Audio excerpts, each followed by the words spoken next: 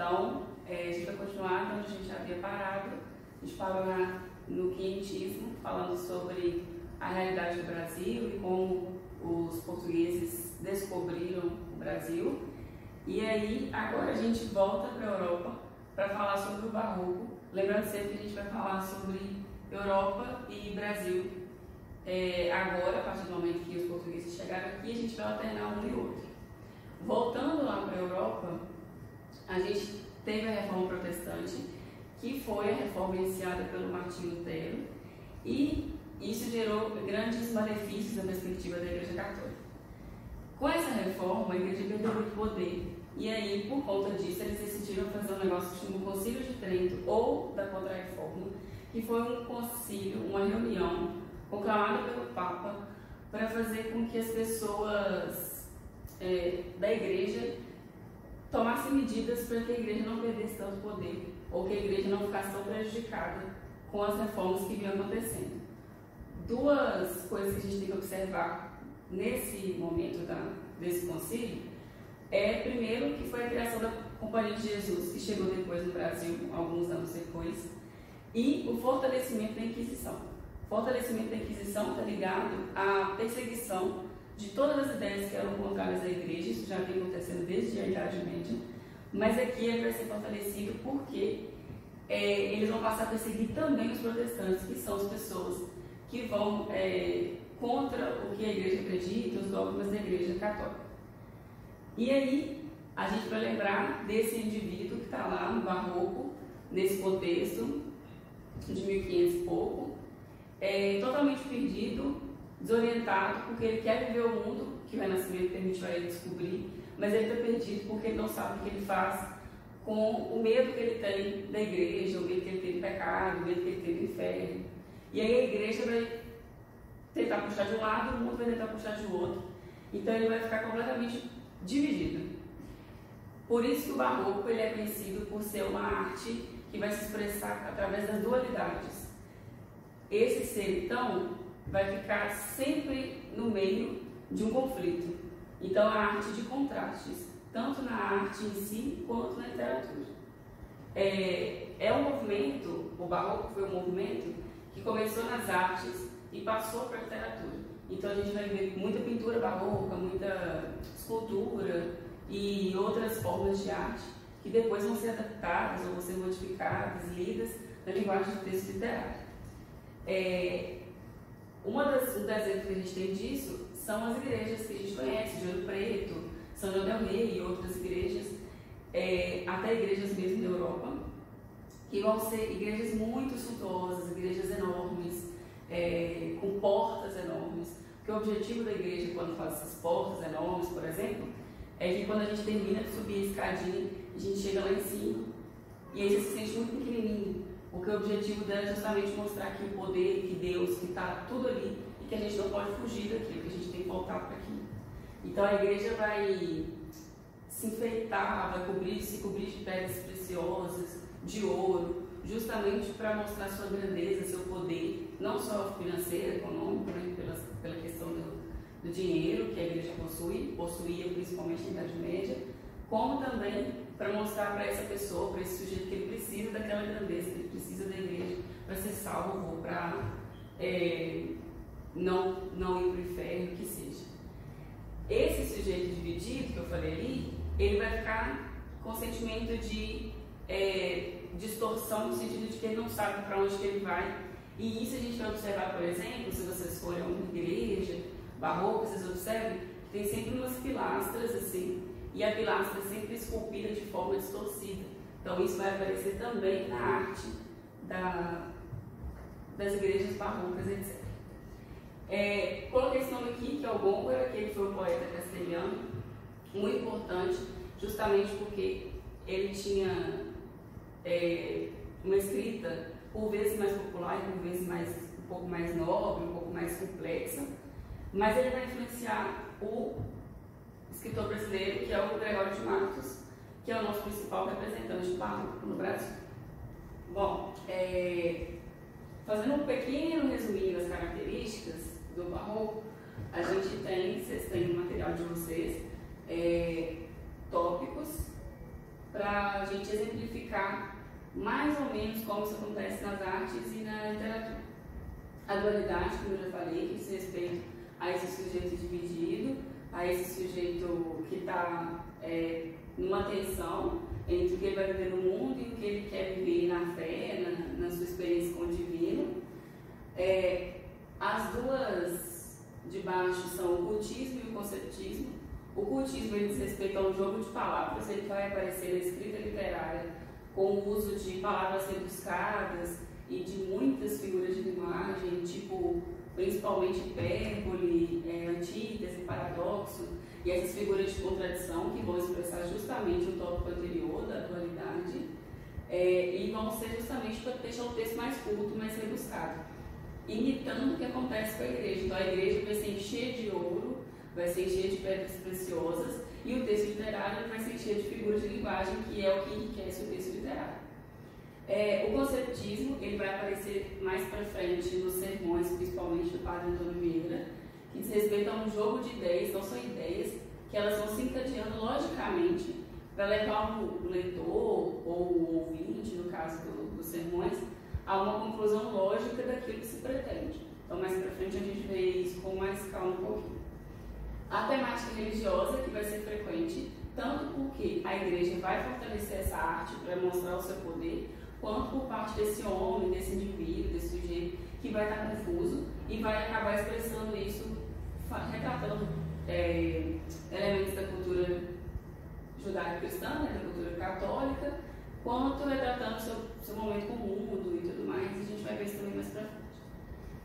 Vai aparecer nesse ser dividido também o pessimismo, e aí a gente tem o comecinho do que a gente entende como carpe diem, que é a consciência de que a vida é passageira e que no barroco isso vai se manifestar através da sensação de que a vida passa muito rápido e que a gente tem que se dedicar ao divino, aos planos superiores, justamente para a gente não ficar preso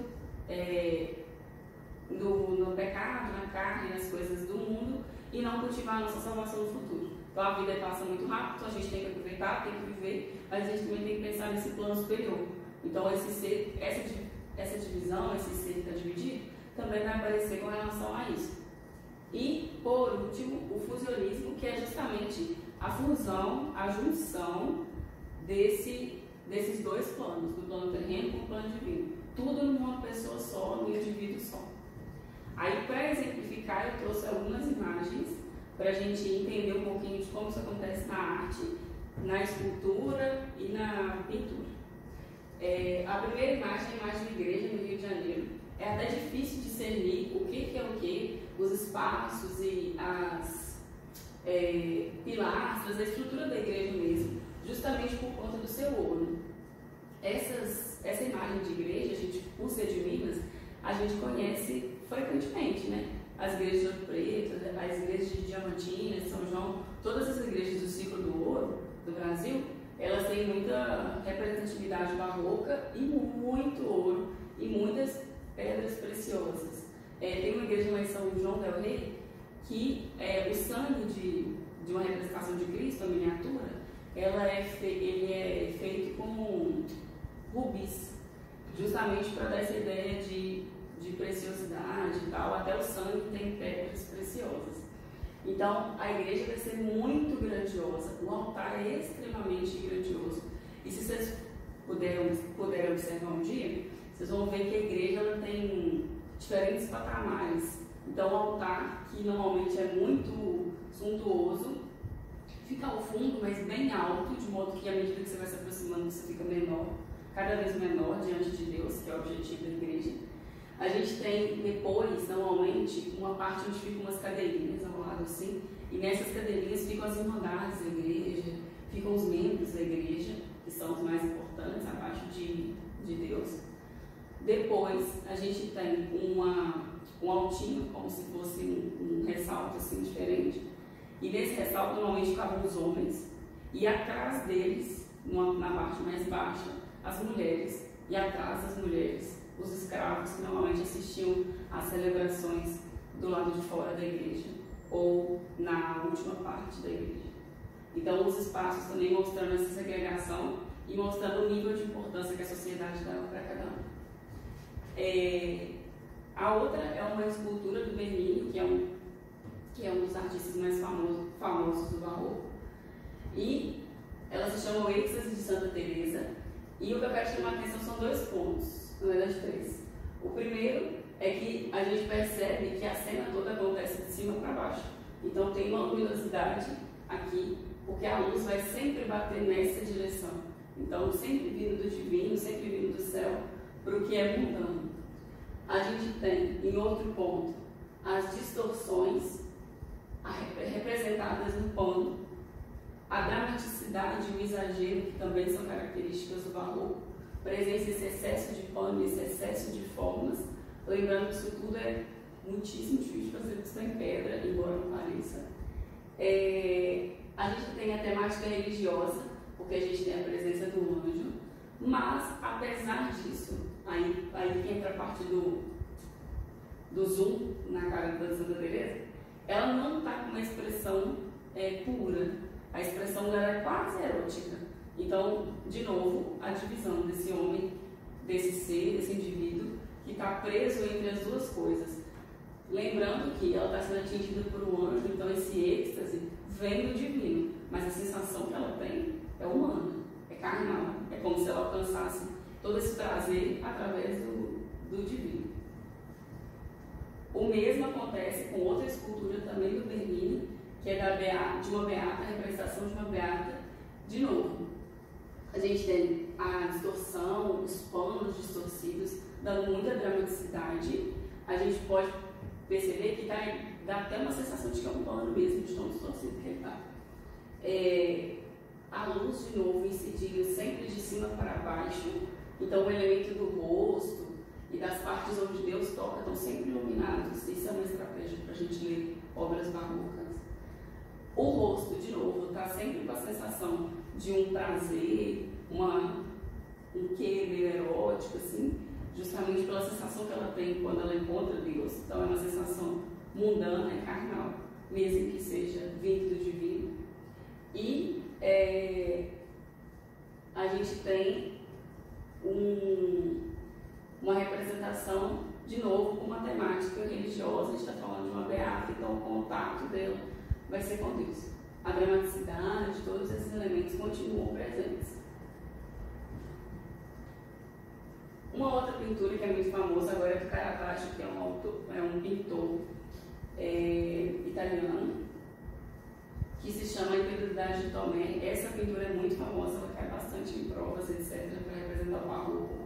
E da mesma forma que a gente leu a luz lá, a gente vai ler a luz aqui. De novo, se a gente for olhar de onde está iluminado para onde está escuro, a gente vai ver que está iluminado da esquerda para a direita, porque Jesus está colocado à esquerda e os outros elementos, os elementos mundanos, que são os apóstolos, eles estão à direita. Então a luz sempre vai vir do meio do divino para o humano, porque a luz vem do divino, obviamente. Então a gente tem todo esse contraste representado nessa oposição. Então esse ser que é dividido entre o divino e o mundano, o divino e o pecado, o mundano e o profano, o divino e o profano, isso vai aparecer na representação de pintura ou na literatura como esse jogo entre claro e escuro, o certo e o errado, a luz e a escuridão aqui. A gente tem uma temática religiosa, porque é Jesus e os apóstolos. Tomé aqui, que é o ditado do Tomé que não acreditava, ele teve que ver para crer, né? Depois que Jesus foi crucificado, ele teve que tocar nas feridas de Jesus. Então aqui ele está literalmente enfiando o dedo na ferida, que causa um certo desconforto na imagem, mas a gente tem a representação dos dois mundos, do mundo do divino e do mundo humano. A luz de novo incidindo de lá para cá. E vai ser sempre nessa direção. E é a expressão deles, né? Muito dramática de dúvida, de incredulidade mesmo. Então, continuando, a gente tem a inspiração de São Mateus, que também vai ter a mesma questão com claro e escuro. A gente tem a luz vindo de cima para baixo, o elemento mundano, que vai ser depois, né, transformado em santo, vai ser canonizado, que é o Mateus, que é um apóstolo, que está aqui escrevendo o que seria o Evangelho segundo São Mateus, e o elemento divino inspirando, entrando em contato, contando, falando com ele sobre algo do outro plano. E a luz, de novo, vai vir sempre do elemento divino para o elemento humano. No outro caso era da esquerda para a direita e aqui vai ser de cima para baixo. As outras duas representações, a primeira de Baco, mesmo sendo um elemento da cultura greco-romana, a gente tem que lembrar do ser humano que está dividido no Renascimento, que está descobrindo o mundo, que voltou para a Grécia, que voltou seus olhos para a Grécia, para poder ler a Grécia de novo, para poder entender a Grécia de novo, porque ele se afasta um pouquinho da igreja. Então a gente tem a representação do barco juntamente com o vinho e tudo mais, mas ainda assim características da pintura barroca. Então a gente ainda tem a oposição de claro e escuro, a divindade iluminada e o fundo escuro, bem como os elementos do campo, os elementos. E a flagelação de Cristo, que é uma obra também, se fosse possível a gente fazer um corte, daria para fazer um corte bem ao centro.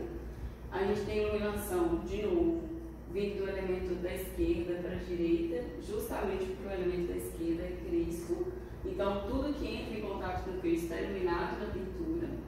Por mais que a gente tenha a prisão de Cristo sendo feita por uma pessoa que está com um olhar triste, a gente tem o soldado, né, romano, representando atrás, com um chicote na mão e com uma expressão de raiva. Lembrando que na época da condenação de Cristo, nem todos os membros, né, as pessoas da plateia, elas discordavam, a maioria concordava, tanto é que, quando foi perguntado se queriam libertar Cristo ou Barrabás, que era um ladrão, decidiram libertar Barrabás. Então, Cristo é condenado. E a gente tem no canto o elemento vermelho, que remete a gente ao sangue e ao sofrimento, além da expressão de Cristo, que é uma expressão de tristeza. Como a gente já comentou na salinha na última aula, a expressão triste de Cristo, as falas tristes de Cristo no seu momento final, no momento de crucificação e depois morte, né, antes de renascer, ela é uma concepção da parte humana de Cristo, porque tecnicamente o divino não sofre, né, porque ele é perfeito em tudo que faz. Então, Cristo, a parte humana dele é a parte que sofre, que é a parte carnal. Então, de novo, mesmo em Cristo, a gente tem a representação dessa dualidade, do que é divino e do que é humano.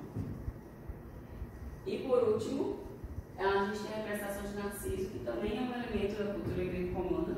É um mito que diz respeito ao personagem que se apaixona por si mesmo, pelo próprio reflexo, daí a expressão fala que a pessoa é narcisista, ou falar de narcisismo, a pessoa que gosta muito de si. Até que ponto a gente pode dizer que o que é algo é reflexo, o que algo representa a gente mesmo, ou que é só uma imagem, ou que é só o que a gente está vendo, e que não é aquilo que a gente realmente é. A gente faz uma leitura possível de que qualquer um dos lados pode ser um reflexo, de acordo com o Cavaco não pode, porque de acordo com as leis da física não pode, mas a literatura está cagando com as leis da física. Então, a pintura também não vai considerar todos esses elementos, mas a gente pensar o que é reflexo da gente, o que é a gente mesmo.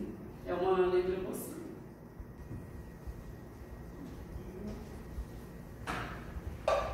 Bom, agora a gente vai para o contexto do Brasil. Lembrando sempre que a gente ia falar de Europa e depois do Brasil. Então, a gente tem no Brasil a Companhia de Jesus, né? Lembra que eu falei lá a respeito do concílio, foi criada a Companhia de Jesus, eles foram enviados para cá.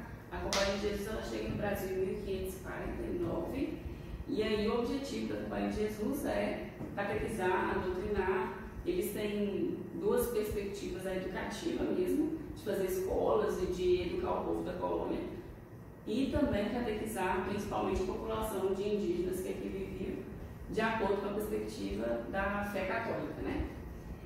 Como os portugueses chegaram na Bahia, a Bahia ela se tornou o centro das ideias, centro político, centro econômico, tudo circulava e acontecia ali.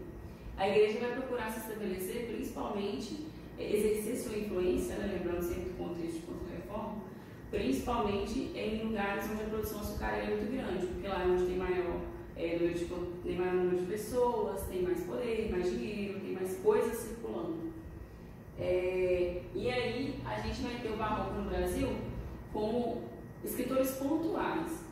Lembrando que eu já falei com vocês a respeito de até o arcadismo, a gente não tem literatura brasileira. A gente tem manifestações literárias no Brasil, que a gente ainda não tinha um movimento estruturado, nem por parte dos autores, porque a gente não tinha ainda autores, a gente está começando agora a ter uma colônia mais expressiva, com mais pessoas, as pessoas produzindo mais, as pessoas vindo para cá, as pessoas tendo filhos aqui. E a gente não tem um público leitor, porque é uma colônia, então ela não vai receber tantos investimentos, ela não vai receber tanta atenção, porque foi uma colônia de exploração, a gente já sabe. Então, no Brasil, a gente vai ter alguns autores pontuais, e o barroco no Brasil começa em 1601. Então, o quinhentismo vai de 1500, obviamente, até 1600. Em 1601, o Bento Teixeira publica um texto chamado Prosopopeia, que é um épico inspirado nos Lusíadas. Então, vai ser a tentativa de fazer a mesma coisa que se fazia lá na Europa e que o Camões fez. O nosso principal expoente de literatura na época do barroco é o Gregório de Matos.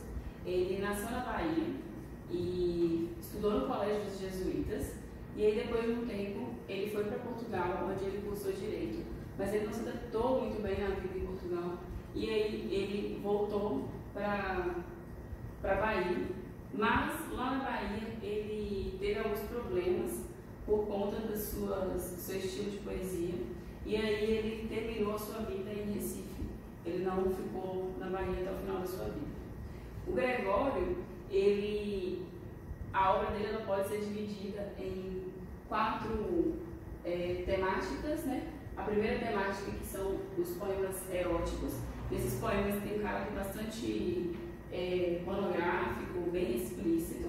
O lírico, onde ele vai falar da relação amorosa, mas não necessariamente carnal, sexual. Ele vai falar também dos sentimentos dele, das questões envolvendo a passagem do tempo, a efemeridade da vida e assim vai.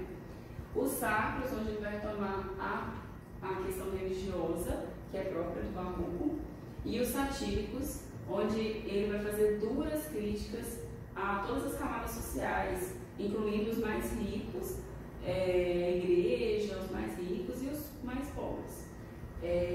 Por conta dessas críticas, que eram muito duras, o Gregório acabou ficando conhecido como Boca do Inferno, que foi o apelido que ele ganhou. Ele se inspirou em autores espanhóis como Góngora, que eu havia falado antes, e como em Portugal as suas obras foram proibidas e no Brasil não havia imprensa, isso era proibido, não podia haver imprensa, uma das estratégias de circulação desses poemas era manuscrito. Ele escrevia e isso circulava de mão em mão. Alguns admiradores, algumas pessoas que gostavam muito da poesia dele, do que ele escrevia, faziam cópias disso para também circular. O que deixa para a gente, alguns estudiosos, acabam questionando a autoria de alguns poemas, porque não se sabe direito se era do Gregório ou não, porque as pessoas assinavam, escreviam e assinavam como se fosse o Gregório, já que ele já tinha a fama de fazer essas críticas. O Gregório, ele, como eu falei, ele foi para Coimbra, ele estudou Direito, depois ele volta. Muitos autores vão fazer esse mesmo processo, de ir para fora, tem contato com o que está acontecendo fora, tem contato com as tendências da Europa, e eles voltam para o Brasil com essas tendências e eles vão fazer adaptações. Então essas adaptações, elas vão ser de acordo com a nossa realidade, mas sempre mirando a Europa. Por isso que a gente não vai falar ainda em uma literatura autoral, em uma literatura brasileira, porque não é uma literatura voltada para as nossas questões, é uma literatura que se inspira no que está acontecendo fora e somente faz as adaptações, faz as modificações de acordo com a escrita de cada autor. O que vai ser interessante para a gente é pensar que o Gregório ele vai se destacar individualmente, porque ele é um autor que vai despontar numa época, primeiro, né, pouca escrita, de poucas produções, e também, principalmente, pela sátira, que vai ser o seu elemento diferencial. Então, o Gregório ele vai ser o primeiro a tratar dessas questões sociais da Polônia, que até então ninguém tinha falado antes. E ele vai tratar disso de forma bastante dura, o que vai incomodar a muita gente, principalmente os mais ricos. Eu separei alguns poemas e eu vou fazer uma análise muito rapidinho, e aí depois, se tiver alguma questão, a gente tira as dúvidas junto. Esse poema aqui é um poema sacro, um poema de temática religiosa, que ele vai falar para Jesus Cristo, e ele vai falar, a temática do poema é que ele fala, pelo primeiro verso que a gente pode observar, antes de olhar o verso, a estrutura que se mantém ainda clássica do soneto, né, 2 quartetos, 2 terceiros. A gente vai observar que ele fala logo no primeiro verso, se dirigindo a Deus, então pequei, Senhor, mas não porque em pecado, da vossa alta clemência me despido, porque quanto mais tenho delinquido, vos tenho a perdoar mais empenhado.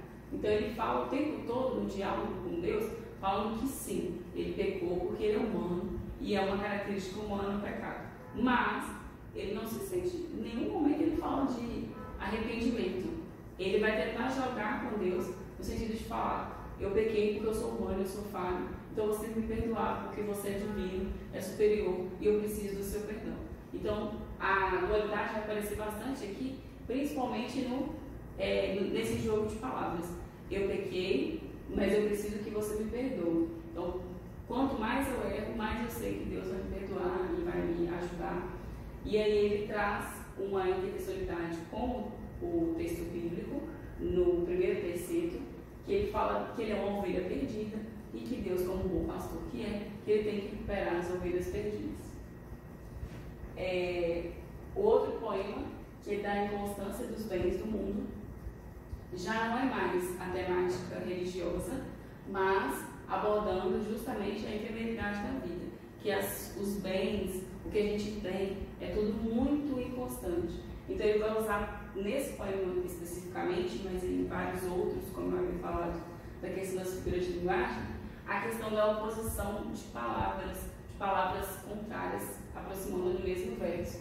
Então, ou em versos próximos, né? Como sol e escuro e noite, dia e escuro, luz e escuro. Então, todos os elementos ligados ao claro, todos os elementos ligados ao escuro. E aí, falando que a vida passa e que todas as coisas passam e que a única coisa que a gente tem certeza é que a vida é constante, que tudo é efêmero, tudo é passageiro.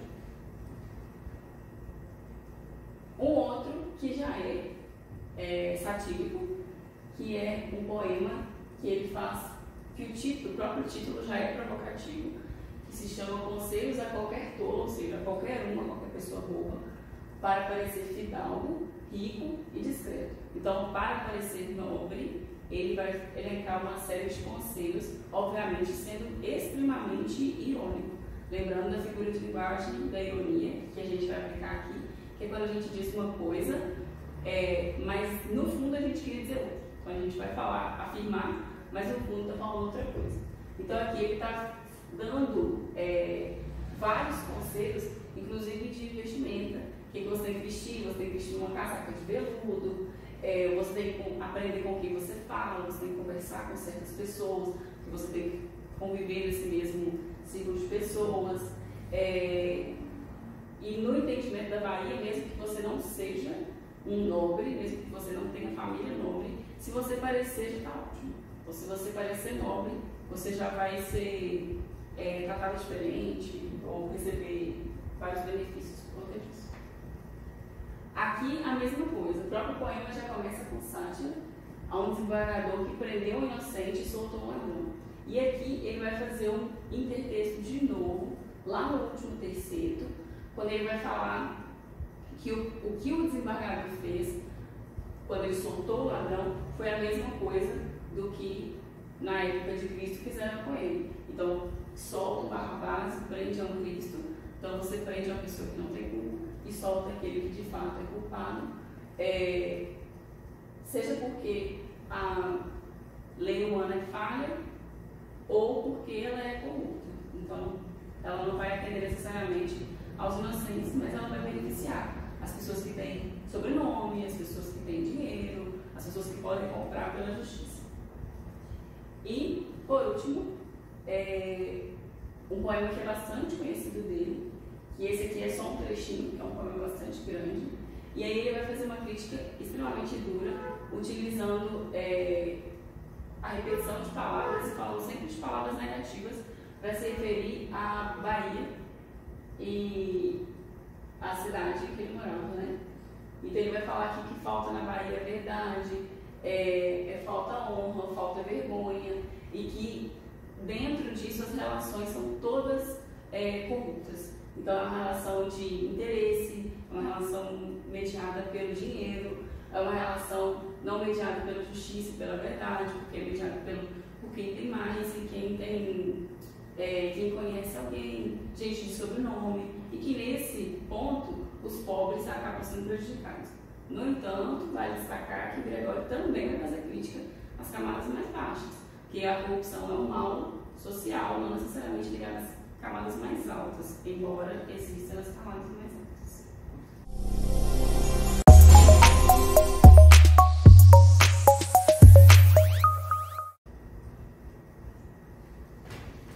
Ele mudou a estrutura, né? Colocou terceiro, quarteto, terceiro, quarteto. Mas é que aqui no poema não é soneto, é um poema gigantesco.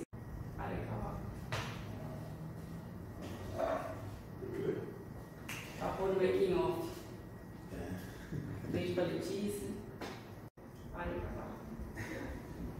Falei cagando, mas cagando não tem problema, tá? Bom, gente, espero que vocês tenham gostado. Se puderem, compartilhem, principalmente com os amigos que vocês sabem que não estão tendo acesso a esse tipo de assistência, que não estão tendo um amparo no colégio ou no cursinho que eles fazem. E vamos enfrentar juntos aí essa fase difícil pela qual a humanidade está passando. Ok? Valeu, galera. Forte abraço.